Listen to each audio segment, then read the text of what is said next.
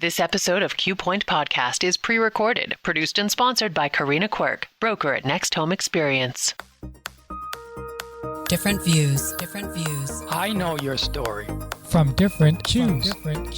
Incredible job. He's David Quirk. You brought it up. And she's Karina Quirk. Imagine. This is Q Point. Now joining us in studio is Director of Golf and General Manager at Astor Creek Golf and Country Club, TJ Baggett. Thank you so much for joining us. Thank you for having me. Oh, we really appreciate it. Yeah, this is so fun. So how did you first get into golf? It's kind of a long story, but it was for the French fries. I love French fries. There was a 9-hole golf course a few miles from where I grew up, and a handful of my friends and I used to ride our bicycles to the golf course to have the French fries. We found out about them, and we were 13 years old, and it was kind of forbidden territory to go that far away from home, but we did it. And towards the end of that summer, the gentleman that owned the golf course kind of recruited us to go out and work. So we were child laborers at 13. We started raking bunkers. And he would give us these big metal rakes and we'd walk around the golf course and rake bunkers. And by the next summer, we all really started playing. One of the kids had a big backyard, a big field, and we cut cups and put sticks in the hole for the flags. And we found some clubs our parents had or whoever. I don't remember where we even found the clubs that we started playing with. And that's kind of how it started. So it was for the French fries.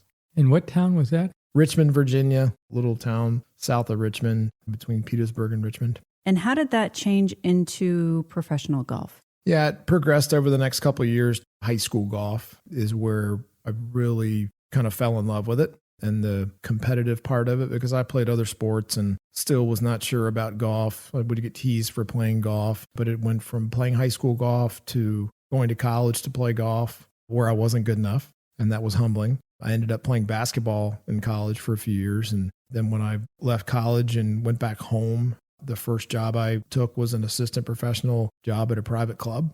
And there were two really, really excellent players, the head professional and the first assistant were both very good players, very competitive in the state and in the region. And I learned a lot from them. And that's really where things kind of took off for me. What is the process nowadays compared to back then? I don't know that the process is much different. I think access to golf is a little bit better than it used to be. I think the athlete has changed. I think as humans evolve, it just makes the athlete evolve. In the 80s and 90s, the average tour player was 5'10", 160 pounds, something like that. I'm not sure what it is now, but I guarantee it's over 6 feet. You have tour players that are 6'8", 6'9" now. Average is probably somewhere around 6'2", 6'3". But if you stand up close to a Justin Rose or Jordan Spieth, you just don't realize those guys are 6'3", 6'4".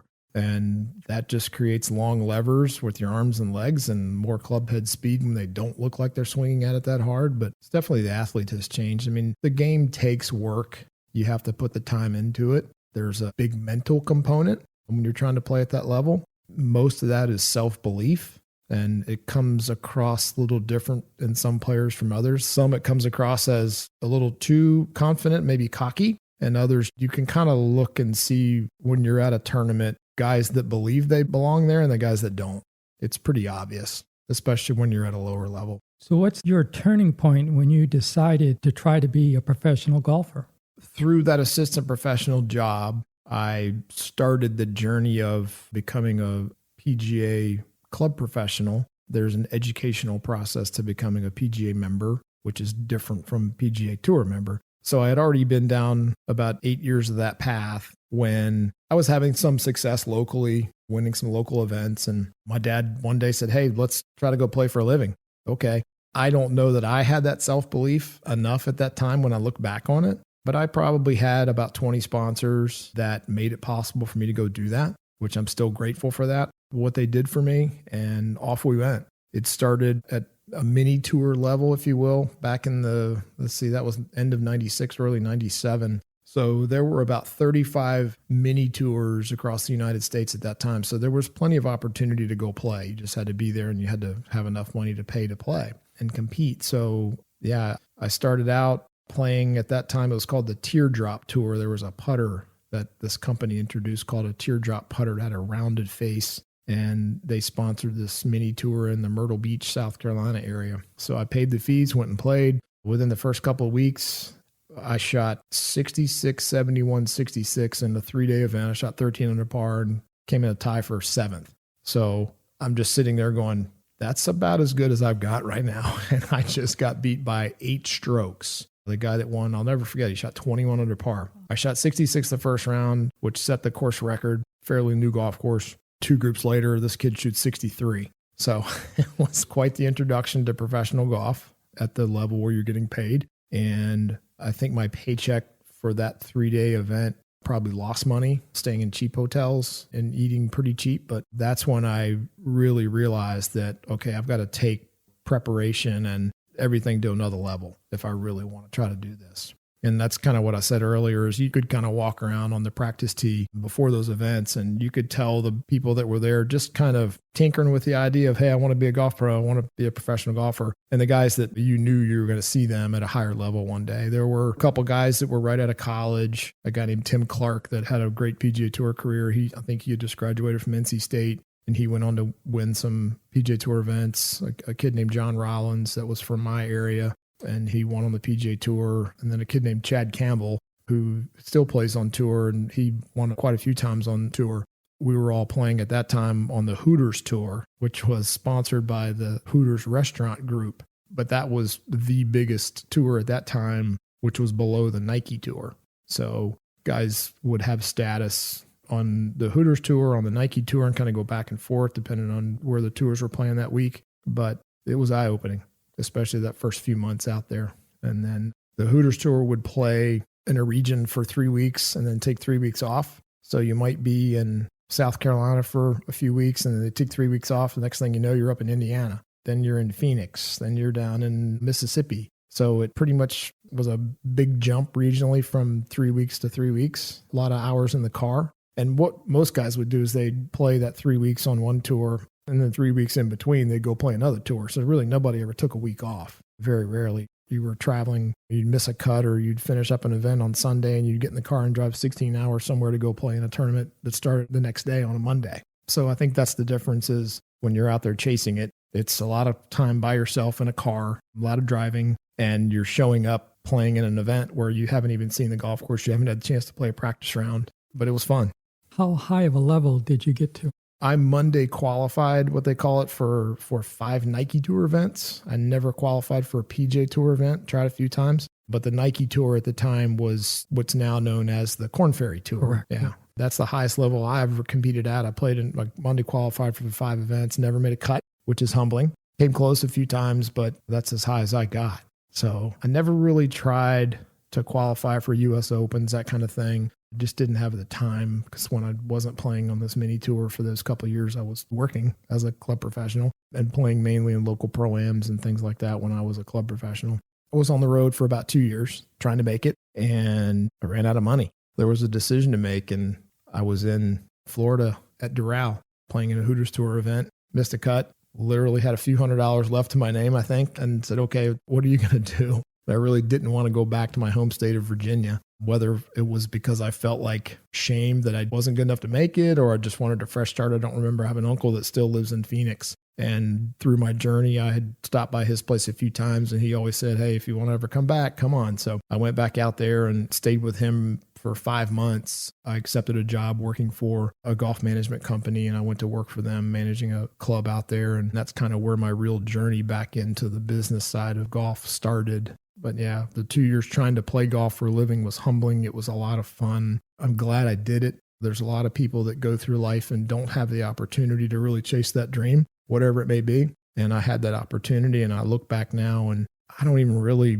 have a strong desire to play golf anymore, which is kind of weird. I remember 30 years ago, if I didn't think when I woke up in the morning I was going to get to play golf that day, it was painful. So I still love to play when I do get to play, but I don't think about it as much as I used to. Obviously, golf is in your blood. It is. It's a pretty unique thing to be able to come to work every day, be around it. Even though I have other responsibilities, I'm still always tied to it. The people part of it is what's the most fun for me, the relationships and the people you get to meet, like you all. That's what's so much fun for me. But yeah, it's definitely in my blood. I love it. So during this experience, how many actually made the PGA Tour that you played with? An exact number would be tough to come up with, but a handful. The 3 that I previously mentioned, and I know there were a couple more, but probably less than 1% of the people that you encounter. It's funny. I hear a lot of guys say, I want to play on the tour one day. And it's like, okay, let me see you hit one golf ball. Or it's like, I've had that experience a lot and watch people play or go play with them and just tell them, like, you have a long way to go. Keep working. Or I've actually told some people, don't quit your day job or go find something else to do because it's not going to happen for you. I mean, it must be hundreds of people that are playing and only very few people that make it. It's common in all sports, I guess. College football, college basketball, golf especially. There are a lot of golfers that want to play professionally. And that's great because it takes all of them to compete and play and kind of push that 1% to the top. If you didn't have all those people to compete against, there's no competition. So it's a very, very small number that actually compete at the highest level. Well, it's also tough because it's not a team sport. I mean, it's an individual sport. I don't know. Nowadays, you've got your swing coach, you've got your mental coach, you've got your nutritionist, your fitness coach, your apparel person. There's so many people that are involved in these superstars nowadays, but it's very much yourself. It's having a great caddy. A good relationship with a caddy is certainly helpful. Some guys don't really lean on that. Others lean really, really hard on it, but definitely it's all you. There's nobody else that's going to hit that golf ball or putt it or make those decisions other than you. So that's what makes the game so great too. It seems like the caddy actually gives advice. Is that accurate? Yeah, no, it's definitely true. Again, it's one way or the other. There are more players, I think, now that lean on that caddy, and there's a whole conversation that takes place before they hit a shot, whether they're talking about wind or distance or other factors that are going to affect that shot before they even pull a club out of the bag. There's a whole conversation about what can go right, what can go wrong, and where do I want to hit it, where do I not want to hit it. Then there are other players that the caddy just carries the bag and the player pulls the club out and hits the shot, and they don't really talk about much at all. But there are definitely relationships that players lean on with those caddies, and it helps to have a great caddy. And there are professional caddies out there. They make good money, especially when they're caddying for players that are successful. So it's a good career, but that's a whole other story. That's a hard life being a caddy.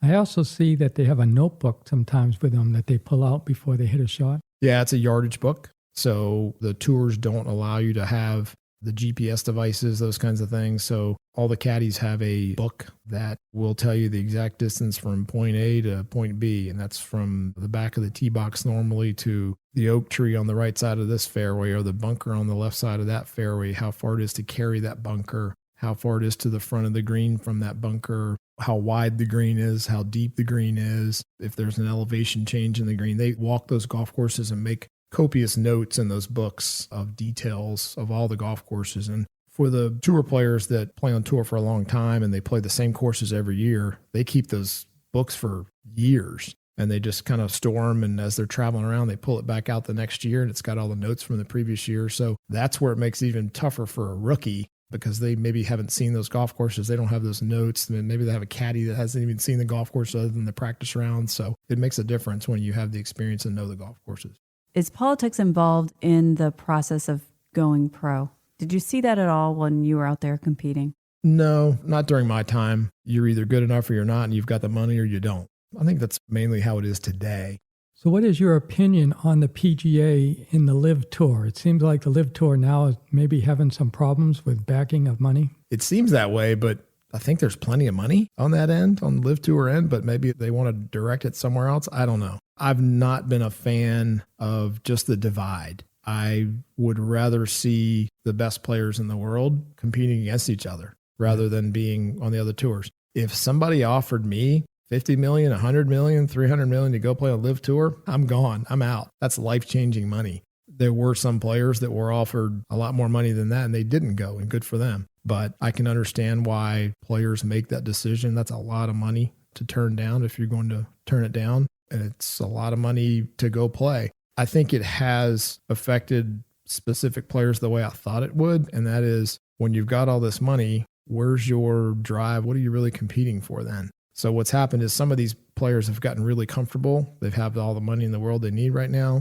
And they go play in their tournaments, but they're definitely not working as hard as they used to The competitive drive is gone, and that's a shame because it's really changed the career trajectories of a number of players as far as I'm concerned. What is something that fans completely misunderstand about professional golf?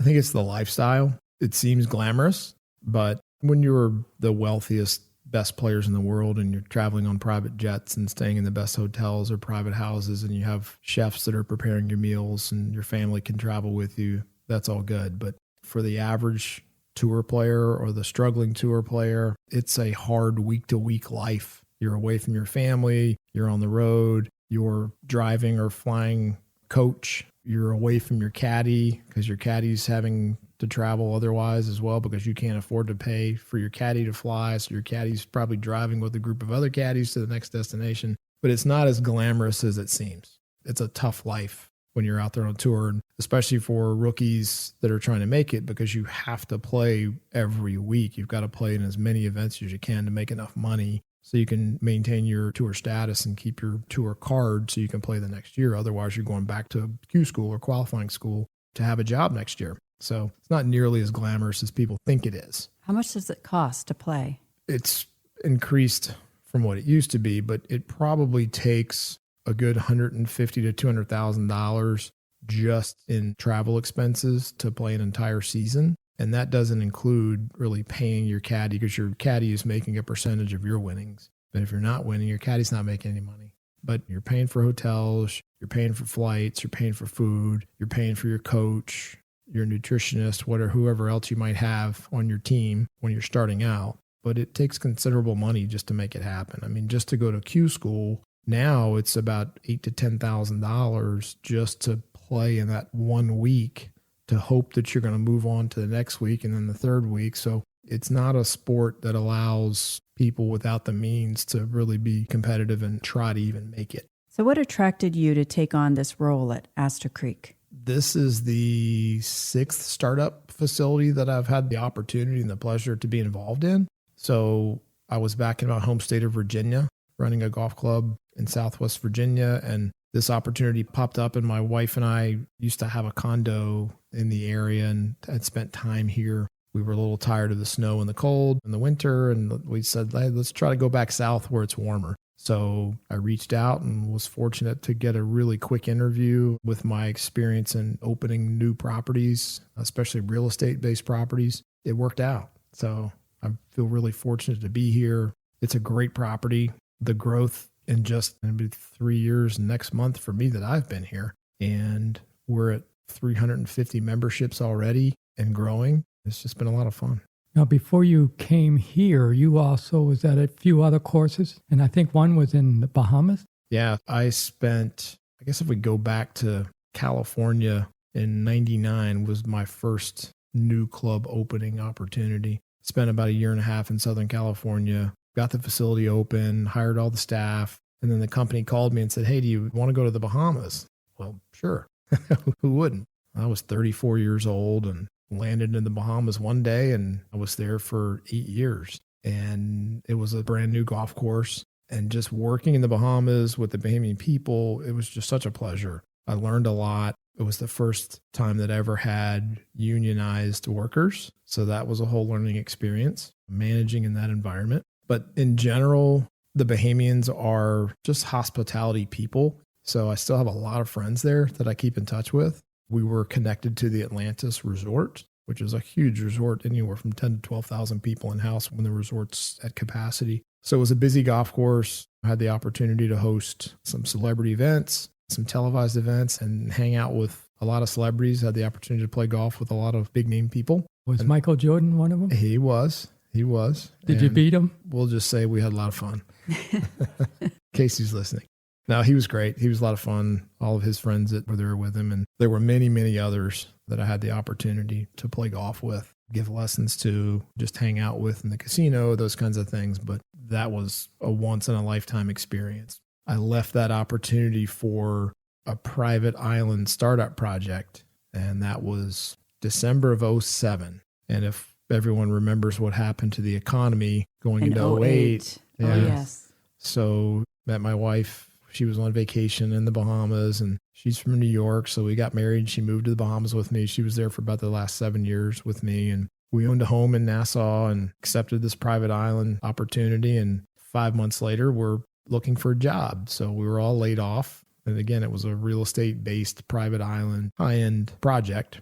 But I think there were 31 projects that were canceled in the Caribbean when '08 happened. So it happens. But if I could go back now, would I leave that first job in the Bahamas? Maybe not. It would be there almost more than 25 years now. It also led to other opportunities that I would have never dreamt of. First of all, here I am working in the Bahamas and never would have imagined that happening. So when I was laid off from that opportunity, the company asked me if I wanted to go to Russia, which I accepted and went to Russia in August of 2008. So I was able to spend a week in Dubai, getting a visa to enter into Russia. Again, experiences that I would have never imagined having. And I get into Russia, and it was the 6th golf course in the entire country. And the Russian Sports Federation had a plan to build 500 golf courses at that time because they saw the Western business benefits of golf. Saw a lot of, deals being brokered during a round of golf. So they thought that was a good idea, but it never quite materialized that way. I think there are a few other golf courses that have been built since then, but there's still only a handful of golf courses now. There are a couple of Russian tour players now playing on various tours throughout the world, but they definitely produce some quality golfers out of the country now. So I think the game is growing, but didn't quite happen the way they thought it would.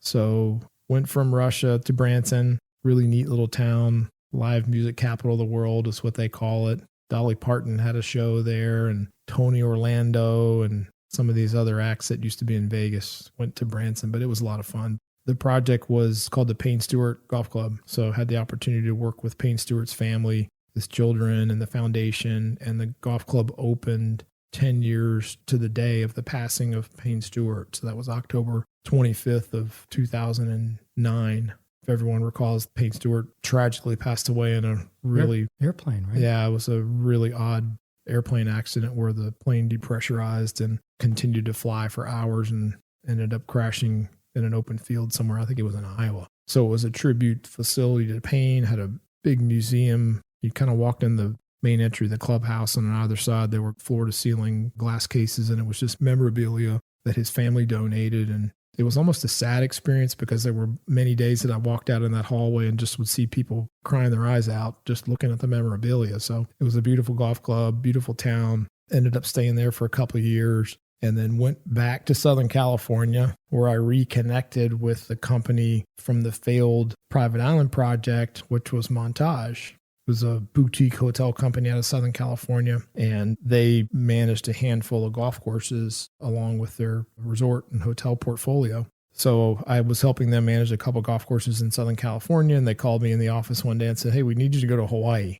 Okay. Boy, that's rough. Yeah, I know. So I fly to Hawaii, we look at this project, and sure enough, about a week later, I'm packing my bags and moving to Hawaii, and my wife is still in Southern California with the 4 dogs that we'd moved all the way from the Bahamas to Missouri, now to California. We're going to move them to Hawaii because they had to go through the process of being vaccinated, and there was a 120-day quarantine. Yeah. So here I am off in Hawaii, and she's stuck working a full-time job and dealing with these 4 dogs. I still hear about that one a little bit, but she ultimately moved over there. We stayed for about 4 years. It was magical. The island of Kauai, the Princeville Resort, the Prince Golf Course, which was just an amazing golf course, probably the most difficult golf course I've ever played, which is maybe why it wasn't that busy because it was really difficult. But Hawaii was a very interesting place. That was my second opportunity to manage a team of people that are unionized. It was the Longshoremen Union.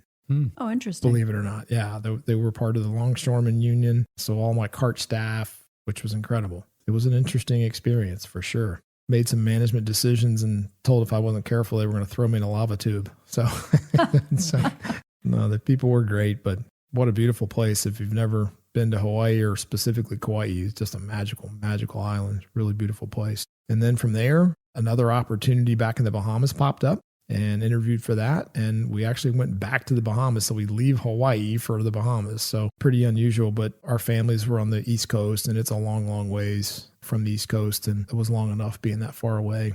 So we get back to the Bahamas in 2015, and it's the new Baha Mar Resort and opening the new golf club there. And lo and behold, about 3 months later, the two partners are squabbling and one files bankruptcy and the project shuts down.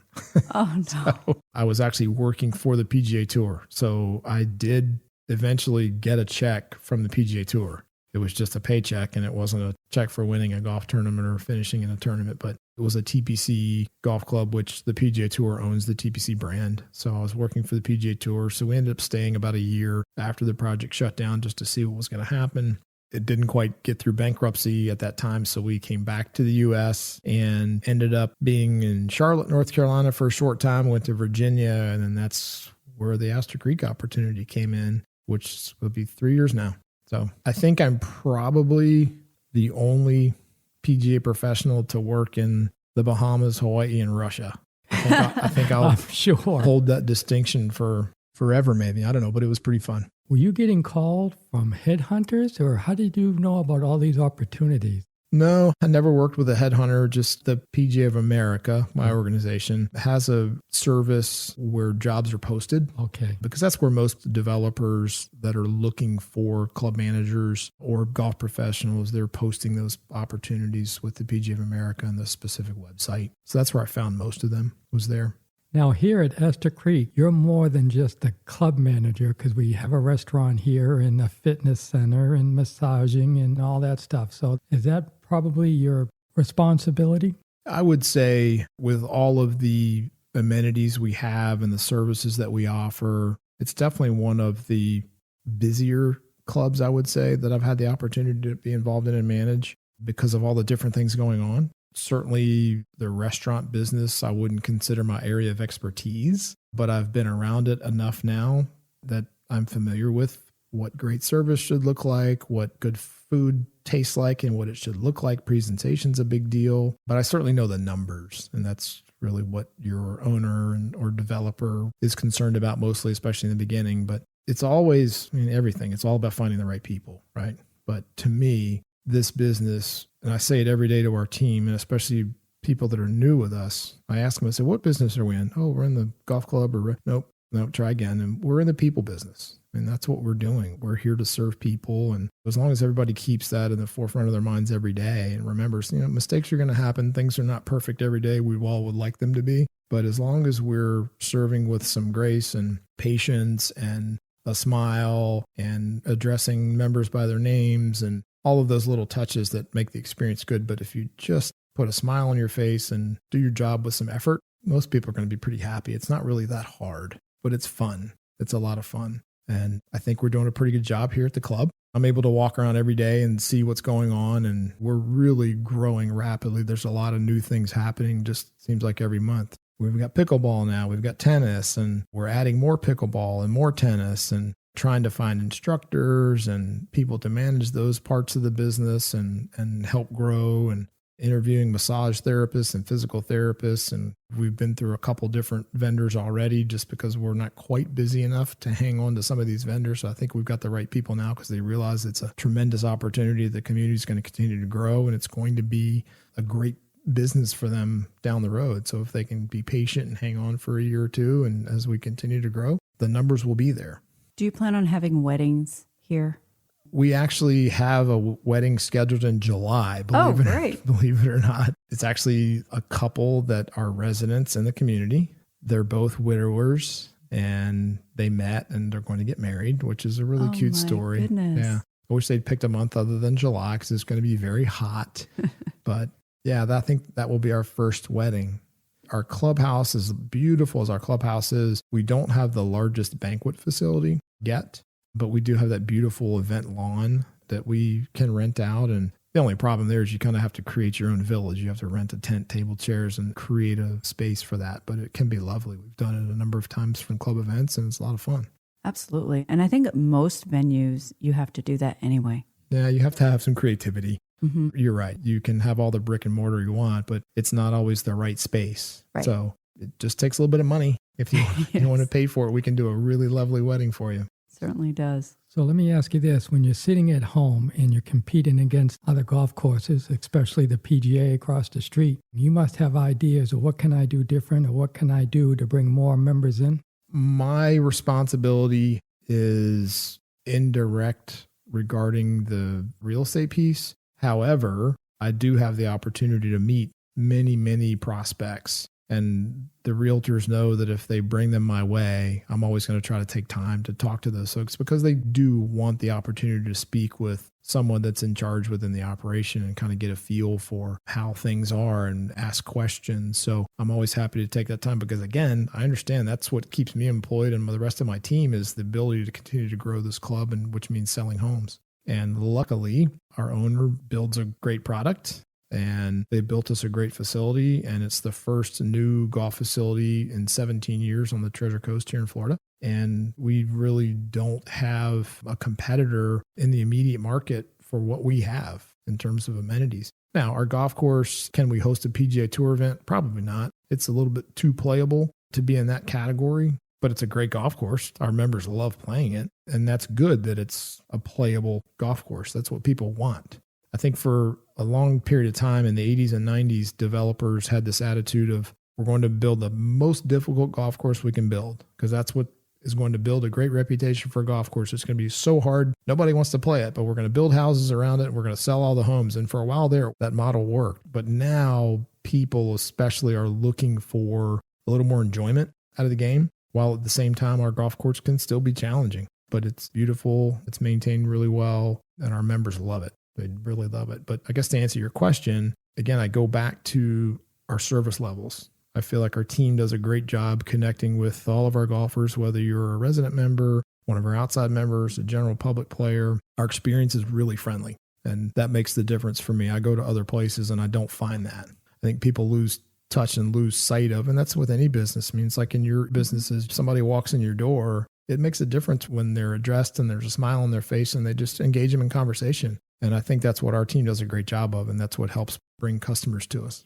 And I also noticed you do a lot of events here too, like the Nine and Dine. And I know you did the Masters Par 3. Mm-hmm.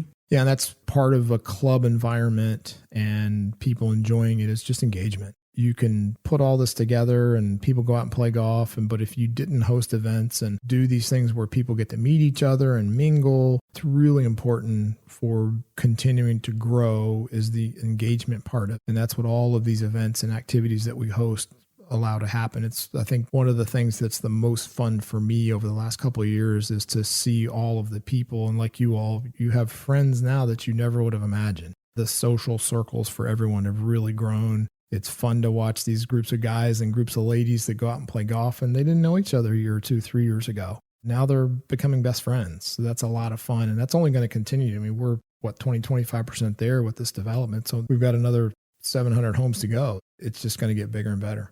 What about the competitions here? Like golf tournament competitions? Yes. Yeah. We host the pretty standard club championship events, members, member guest. Like David said, the Nine and Dine, it's couples golf essentially. We do that once a month, and we go out and play a fun format for 9 holes in the evening. And then we come in and have a nice dinner that our chef has prepared and have some live entertainment. But again, it's just an opportunity for people to get together and mingle. The golf is very casual. It's not so much of a serious event. We just hosted our women's club championship this past weekend, where a 12-year-old won, by the way. So the future of golf is bright. A 12-year-old won the women's club championship for the second year in a row. So she's quite a player and got a bright future.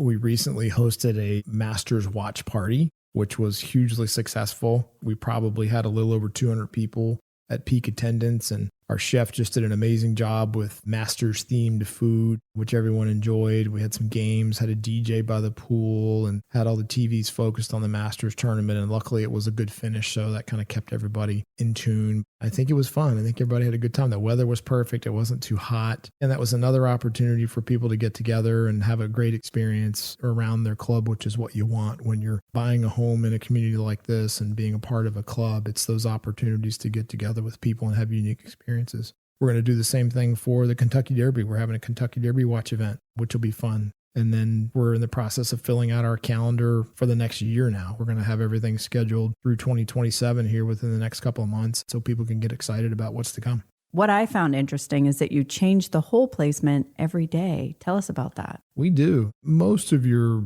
higher end facilities, your nice private clubs especially, they're changing the hole locations every day. And that just changes the golf course. It changes the shot that you're looking at approaching the green. It changes the putting surface because it may be on a different slope or a different elevation, but we do it every day. And we have some technology that we do that with that reaches up to the satellite and connects to our GPS on our golf carts. So we have a little GPS device that the cup cutter, we call them, they put it on the ground right beside the new cup. It gives us an exact location on our GPS device on the screen in the golf cart that the golfers can see. So you see most players standing there with their rangefinder to get a yardage. Well, our golf course, you really don't even need that because if you're using our golf carts, our fleet carts, the GPS system tells you the exact yardage from where you're standing to the hole. And the flag's color changes every day too, right? They're red, white, blue based on red is the front pin, front third of the green, white is middle third, and blue is back third of the green. Our greens are, I wouldn't say they're big greens on average. They're medium size, I would say. But it helps the golfer to know whether that pin is front, middle, or back for their club selection. Most golf courses, and ours is kind of similar, you don't want to be over a green. It's tougher to come back from the back side of the green than it is to be short, but that's what that color coding means. Now, you and I are going to play tomorrow, but I heard from a birdie that told me that you played a couple of weeks ago and shot par. I did. Yeah, that's kind of fun. I've played 9 holes a handful of times over the last few months. It's not like I hadn't played at all, but I really haven't played a whole lot. I hadn't played 18 holes since last July. So I went out and shot even par, which is kind of fun to do when you're playing with the guys and complaining about, I need some strokes to help me out. So how many strokes do I got to give you then? Yeah, I'll take 2 aside. Pretty good. Did you used to instruct golf? I did. That's kind of part of how your career path starts is when you're an assistant professional, you're doing all the dirty work, you're washing the golf carts, you're working in the bag room at a private club. When the member shows up and they store their bag at the club, you're pulling it off that bag rack. I used to have a guy that we found $75 worth of quarters in his bag, and that thing was so heavy. But part of that is instruction. And the first place I worked, we had a huge junior program. We had 150 kids every summer. And I was there for 7 years. So we saw a number of kids play high-level college golf. We had one kid that played on PGA Tour. Again, the head pro and the first assistant were both excellent players, and they were both excellent teachers. So I learned from them, and I taught a lot for the first 20 years I was in the business. And as my responsibility changed, just don't have the time that I used to. I still enjoy it. Sometimes you'll see me walking around the grounds and I'll stop on the range and I'll just offer somebody a tip because really a golf lesson only takes a minute or two. It doesn't take an hour, but I still enjoy the opportunity to work with kids. Looking back on my career, I'm glad I didn't make that decision to be just an instructor. I don't know that I could stand on the driving range for 10 hours a day and just give endless golf lessons. That to me wasn't fun. I enjoyed doing it when I wanted to do it and having the opportunity to work with the players I wanted to work with. I think I was pretty good at it, still am, but that's a totally different part of the business. Now here at Astor Creek on Wednesday evening, you guys host a free clinic. Is that correct? We do. I stole that idea from somewhere else. I found it, I think, online or Facebook or something. I was like, that's a great idea. Supervised practice every Wednesday from 5 to 6 p.m. We have 2 of our assistant professionals, or even our head professional, Landon, could be out there. But it's a free hour of instruction, and we typically have a good number of members out there taking advantage of it. Again, it's the opportunity to get a tip from one of the pros, and it's helpful. We've maintained that for almost 3 years now. It's been fun. So obviously down the street, we have a golfer, Tiger Woods. What are your thoughts on Tiger Woods? Well, Tiger for me was the greatest player of my era. I'll always be disappointed that we didn't get to see his career continue the same path that it was on at one time. I kind of feel cheated, no pun intended, on that. But I really would love to go back in time and see him be able to compete like he was and see where his career would have ended up. I met Tiger when he was younger while I was working in the Bahamas, and I met him one day, and I know he and a couple of friends, they flew back over to watch a football game in Miami, and I saw him the next day and he had blonde hair. So I get to see him every few years, and that's kind of what I'll use. So he remembers me as like, oh yeah, the second time I saw you, you had blonde hair. And he goes, oh, I remember that. So that was a funny story. They went to a football game in Miami, and I guess they had a bet on the game, and the bet was if his team lost, he had to dye his hair blonde. So the guys dyed his hair blonde, and that's how he ended up with blonde hair for a few days. So what's your favorite course you've ever played? That's a tough one. There is a golf course in the Dominican Republic called the Teeth of the Dog, and that was a Pete Dye designed golf course at a resort called Casa de Campo. Just a beautiful, beautiful golf course. That's probably my favorite. What's your best score that you've shot, and what club was it at? Well, when I was a kid, I several times shot 60 at the 9-hole golf course I grew up on, but can't really count that. I did shoot 64 at one of the golf courses down the street here at PGA Golf Club one time, playing with my wife and two friends. That's probably the lowest round that I can remember non-competitive. I shot 66 a bunch of times as my lowest competitive rounds in events.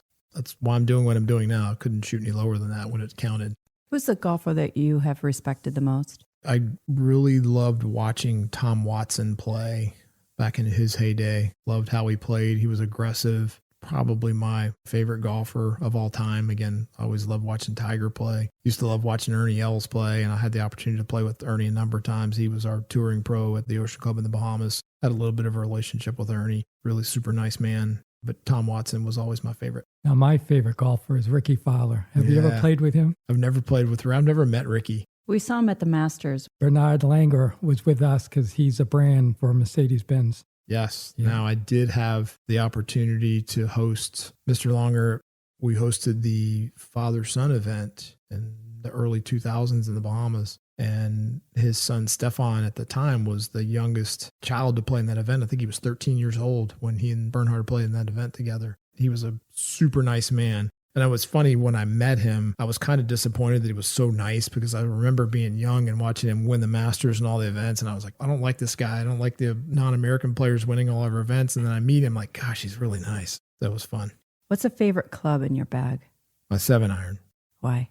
That was the club that always traveled with me in my car. And I used to keep this bag of practice balls in my car and a couple of towels and a 7-iron. This is when I was a kid, just driving around. If I saw an open area that I could hit golf balls, I would stop and hit golf balls, because there weren't any driving ranges really where I grew up. So I'd have to find a baseball field or a football field or something like that. And so I'd hit a lot of 7-irons. Speaking of golf courses, do you like to ride or do you like to walk? Ooh, probably more of a rider now, but I do like to walk. That's fun. But I think mainly I ride now. I don't know that you'd really want to walk our golf course here at Astor Creek. It's pretty spread out in the community. It's a long walk from when you finish a hole to get to the next hole. There's a lot of space in between. But I think the game is more pure when you're walking. And back on my mini tour days, if you couldn't afford a caddy, you're carrying your own bag. So I spent 2 years walking and carrying my own bag. So I really got in touch with a lot of things when you're walking by yourself, carrying your own bag and your own thoughts. What about morning tee time or afternoon tee time? I like playing in the afternoon, seeing the sunset, and just the afternoon is my preference. What was the best golf advice you've ever received? That's a great question. Probably for me, it was having fun, enjoying the game.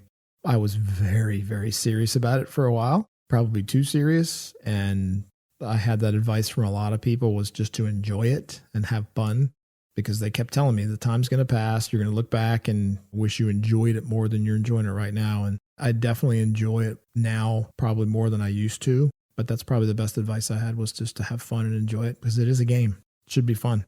In golf, I think we all know it's a mental game. It is that.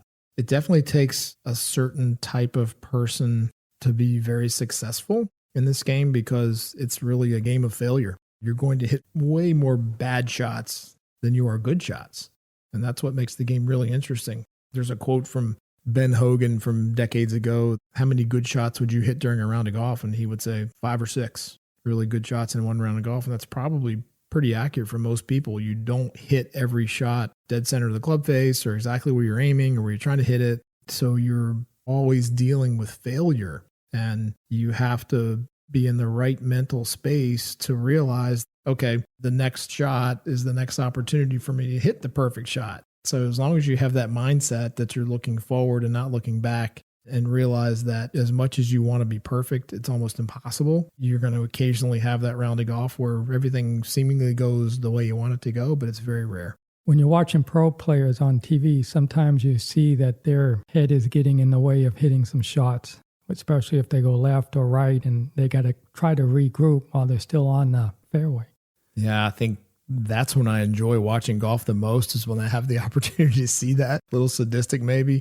We attended the tour event south of us a month or so ago, and We had a golfer that I won't say his name, kind of had a blow up on the last couple of holes to lose that tournament. He hit a bad shot, hit it in the water, and my wife said, "You just laughed out loud." I said, "Well, it's just perspective. I didn't really want to see him hit that bad shot, but it's kind of funny when you see somebody hit that type of shot in that moment because we all know that struggle." But I did laugh out loud when he hit it in the water.